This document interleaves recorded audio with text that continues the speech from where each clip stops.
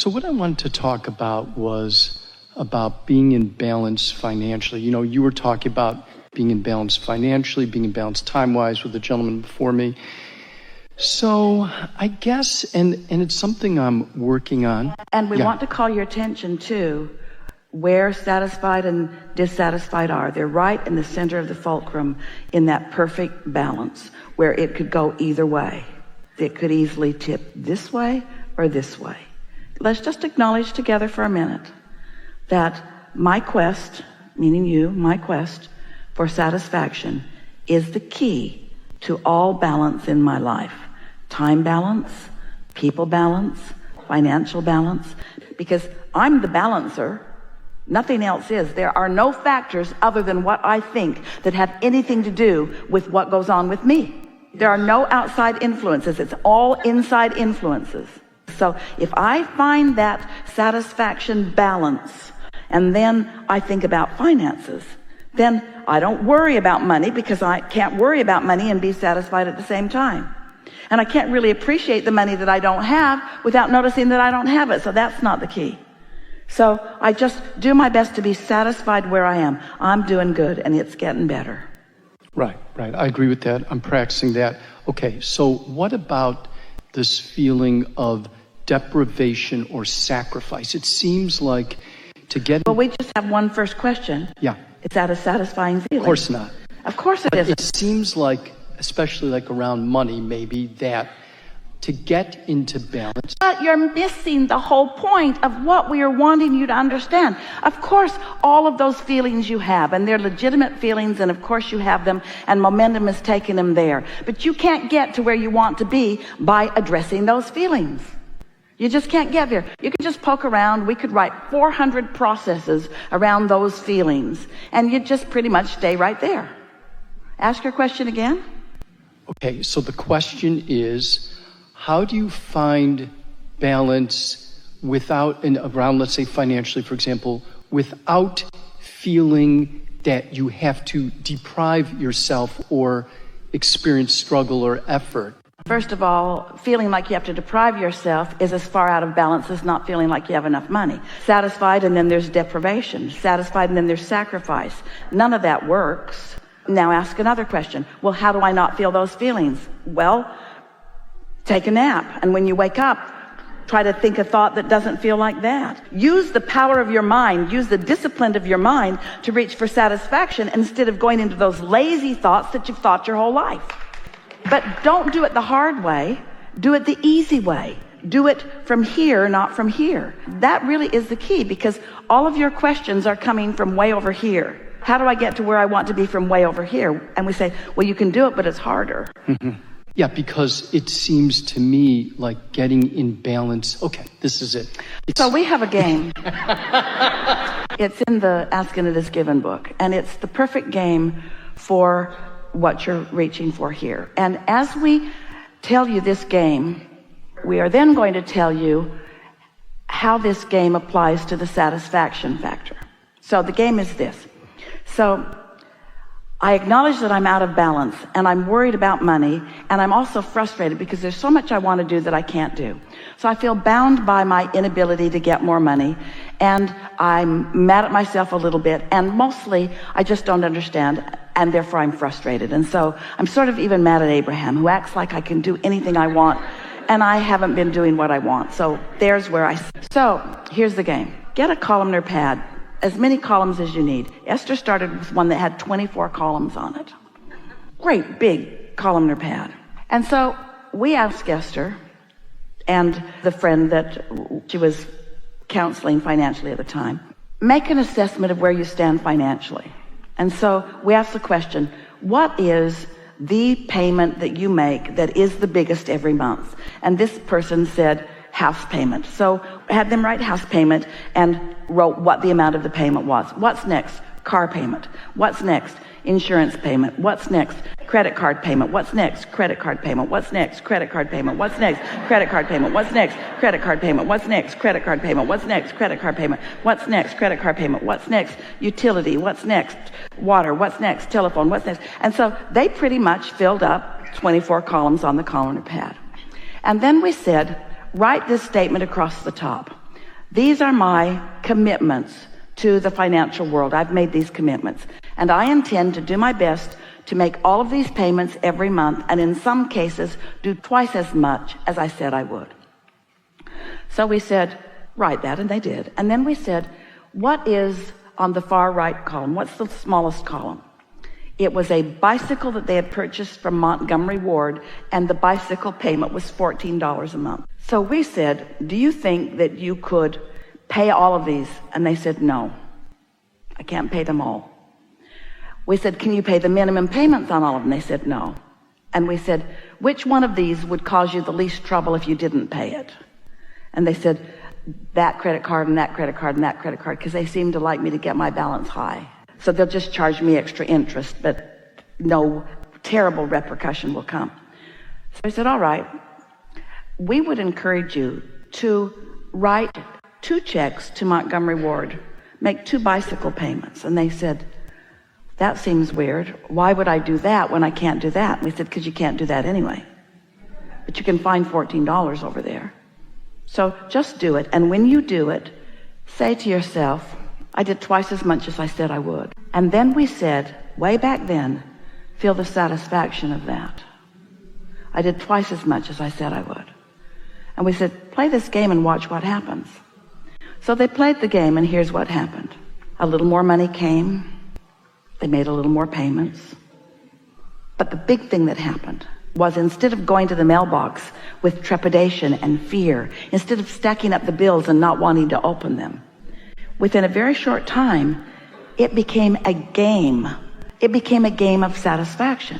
It became a game of looking forward to what was coming, to see what I could do with this game. Feelings of deprivation were nowhere around. Instead, a feeling of accomplishing or playing successfully this game took the place. And so many people at that time began playing that game. It was 10 years ago.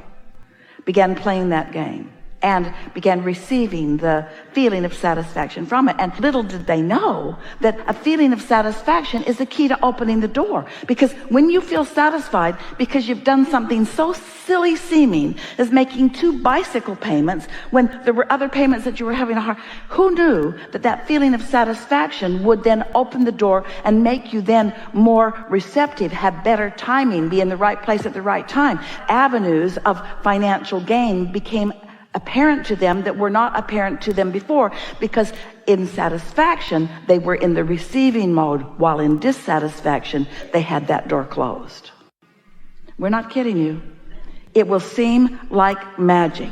It will feel fun to you. You will feel the satisfaction of it, and it will tip the balance of where you are. And it takes so little to tip the balance in order to make a big difference in what happens. When you allow yourself access to the leverage of the energy of the universe that creates worlds, when you just let that door open on your behalf just a little bit, big things happen in your experience. And if you do less than that, if you hold yourself in virtuous dissatisfaction as you face the fact of your financial insecurity, you can't get ahead ever. You just work harder and longer. You say things to us like, the more I make, the more I spend. I just can't get ahead. I just can't get ahead. When you can. It's an emotional shift. It's not an action shift. It's an emotional shift. It's a determination, because the emotion is the indicator of the vibration. And we're talking to you about you being the creator of your experience, but we're not talking to you about the action part of your experience. We're talking to you about the vibrational turning thoughts to things part of it. And so when we offer you a process like this that shifts your vibration just a little bit, puts you more in the receptive mode, then as these thoughts are turning to things, it won't be long before you're out there in the action part of it, manifesting all of that. But it's like you got to put the seed in the ground first, and you got to tend to it first, and it's going to come up, and it's not going to have any money on its ears yet. It's just going to be a little plant that doesn't have any corn on it yet. But in time, if you tend to it enough, if you are satisfied enough that you'll go water it, then you'll tend to it and that you'll believe in it. Before you know it, it will be productive in your experience in the way that you now want it to be. And your disappointment, we love you so much. Your disappointment is that it's not showing you everything you want in terms of manifestation now. That's not how it works. It will show you in the vibrational phase, but you've got to be tuned to be happy with what you're seeing vibrationally. You've got to be happy with the feeling, not need the money before you're happy. You got to be happy with the feeling. You got to be happy that you can be satisfied. And then you begin to notice that a balanced budget is both money in and money out. It's what's coming in, for sure it is, and more will come, but it's also what's going out. And so many people are spending money because they think that's the way to satisfaction. They think just buying one more thing and bringing it home will make them feel satisfied for a moment. It might give you a little feeling of relief, and it might distract you from things that are bothering you, but it is not the long-standing feeling, a shift in vibration, and therefore shift in feeling that you're looking for. Mm-hmm. So in terms of the outgo, how would you approach, I guess I was going to say, how would you approach that? You're saying it's not an action, so it's not about depriving yourself of things that you want, but in effect, ultimately you will perhaps have to stop spending as much. Are you saying it'll naturally happen? What we're saying is you can stop spending for a minute and still be satisfied. And if you can be satisfied even though you've stopped spending for a minute, you'll catch your balance. But it's not about the action, it's about the satisfaction. Don't look for satisfaction through action, look for satisfaction through thought. Because you can find it every single time if you will look just a little bit. Esther was on an airplane. She got up at 4 o'clock in the morning. She got into her car. She drove through heavy traffic. Interstate 10 has been under construction. It took an hour and 15 minutes to get to the airport. When she got to the airport, it was raining. She did not have an umbrella. She still got on that airplane and found satisfaction. You see what we're talking about? She's not demanding that every moment of her life be perfect in every way. She's just looking for as much satisfaction as she can find. The man at the baggage claim walked her in with a box over her head. People are just looking for ways to make her life better everywhere she goes. But her life is not always perfect. There are things that she would like to be different. She really doesn't like to set her alarm for 3 o'clock in the morning, to leave the house for 4 o'clock in the morning, to catch a flight that's at 6 o'clock in the morning. In other words, there are many other things that she might like to do. But you know what? The satisfaction of this makes all of that not matter. This satisfaction is so great, you see. And so she doesn't lie in bed and think, oh, it's probably going to be raining or the traffic's probably going to be blocked up. She just accommodates to make herself as comfortable as she can be. She gets to the airport early enough that she knows that she won't have to scramble. She looks for reasons to be satisfied and finds them and finds them and finds them and finds them and finds them and finds them and finds them and finds them, when there are plenty of reasons, maybe even more that she could pinpoint, that would not be satisfying. But not satisfaction doesn't lead her to alignment, and not being in alignment doesn't lead her to this kind of satisfaction. You see what we're getting at?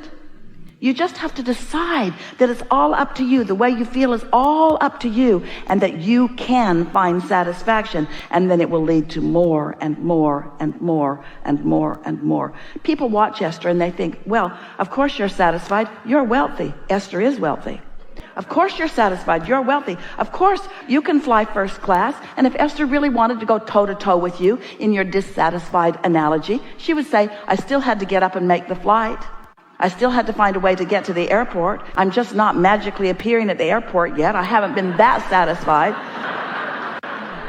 But who cares where you are if you're satisfied while you're going? Who cares what you're doing or who you're doing it with if you've mastered the art of satisfaction? Wouldn't you love to not need to make demands of the world that it will never make to you? Wouldn't you just like to be satisfied without needing your government or anybody to be different than it is in order for you to feel well-being? Aren't you looking for that? Don't you want to love your kids while they're finding their way? Don't you want to feel satisfied even though they won't do what you think they need to do in order for them to live the productive life that you've chosen for them? Satisfaction is every single thing you want, no matter what it is. A material object, a pile of money, a relationship, everything that you want is because you believe you will feel better in the having of it. And we are here to say to you, you've got to find a way to feel better in the not having of it before it can come. You've got to find a way to feel satisfied. Otherwise, the big stuff will never come to you. It will just be the mediocre stuff that other people who are playing the game of mediocrity are getting. It'll just be who's the biggest, who's the meanest, who can shove the hardest, who can push the most, who can drag the biggest pile over to their place. And we promise you, not one of them stands with any real satisfaction. They've just got the bigger pile.